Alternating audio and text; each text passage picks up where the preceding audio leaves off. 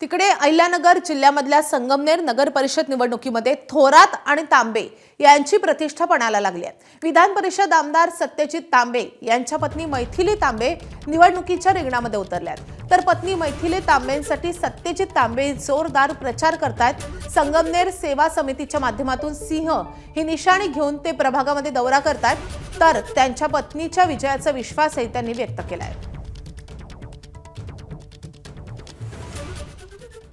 स्वतः आमदार आता प्रत्येक प्रभागात जाऊन नागरिकांच्या मतदारांच्या भेटीगाठी घेतात। आपल्याबरोबर बोलण्यासाठी स्वतः सत्यजित तांबे आहेत।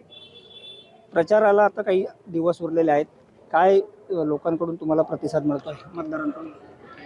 अत्यंत चांगला प्रतिसाद संगमनेरकरांचा आम्हाला आहे, कारण सगळ्या संगमनेरकरांनी एकत्र येऊन संगमनेर सेवा समिती केलेली आहे। राजकीय जोडे बाजूला ठेवून राजकारणाच्या पलीकडे आम्ही सगळेजण आता या समितीच्या नावाखाली एकत्र आलेलो आहे।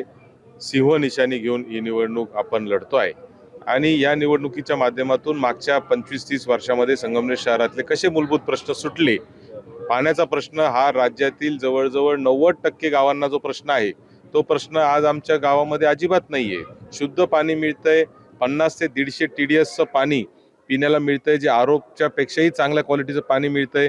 मला असं वाटतं की रस्त्यांची अवस्था अत्यंत चांगली आहे, म्हणजे काही रस्ते जे आहेत ते म्हणजे लक्ष्मी रोड नावाचा एक आमचा कॉलेजच्या समोरचा रस्ता आहे, तो तर अगदी महानगरांमध्ये असावा अशा रस्त्याचं त्याच्यामध्ये क्वालिटी आहे। त्यानंतर आम्ही स्टेडियमचं काम मोठ्या प्रमाणावर केलं, आंतरराष्ट्रीय दर्जाचं स्टेडियम आपलं शहरामध्ये आहे। नाट्यसंकुल 1000 कॅपॅसिटीचं तालुका पातळीवर कुठंच नाही राज्यामध्ये, बंदिस्त नाट्यगृह 1000 कॅपॅसिटीचं आपल्या शहरामध्ये तयार झालं आहे। ट्रक टर्मिनस 7.5 कोटीचं झालं आहे, 35 पेक्षा जास्त गार्डन आहेत। स्वच्छता असेल, झाडं लावणं असेल, वृक्ष संवर्धन, माझी वसुंधरा सारख्या योजनांचे 27 कोटीपेक्षा जास्तचे बक्षिसं मागच्या 10 वर्षात नगरपालिकेला मिळालेले आहेत आणि म्हणून मोठ्या प्रमाणावर काम मागच्या काळामध्ये झालेलं आहे आणि त्याच कामाच्या शिदोरीवर खऱ्या अर्थाने ही निवडणूक आम्ही लढवतो आहे आणि पुढचं विजन घेऊन संगमनेर 2.0 संगमनेर भविष्यात कसं असणार आहे, अजून चांगल्या पद्धतीने कसं काम करायचंय, हे सगळा अजेंडा घेऊन आम्ही निवडणूक लढतो आहे। एबीपी माझा, उघडा डोळे बघा नीट।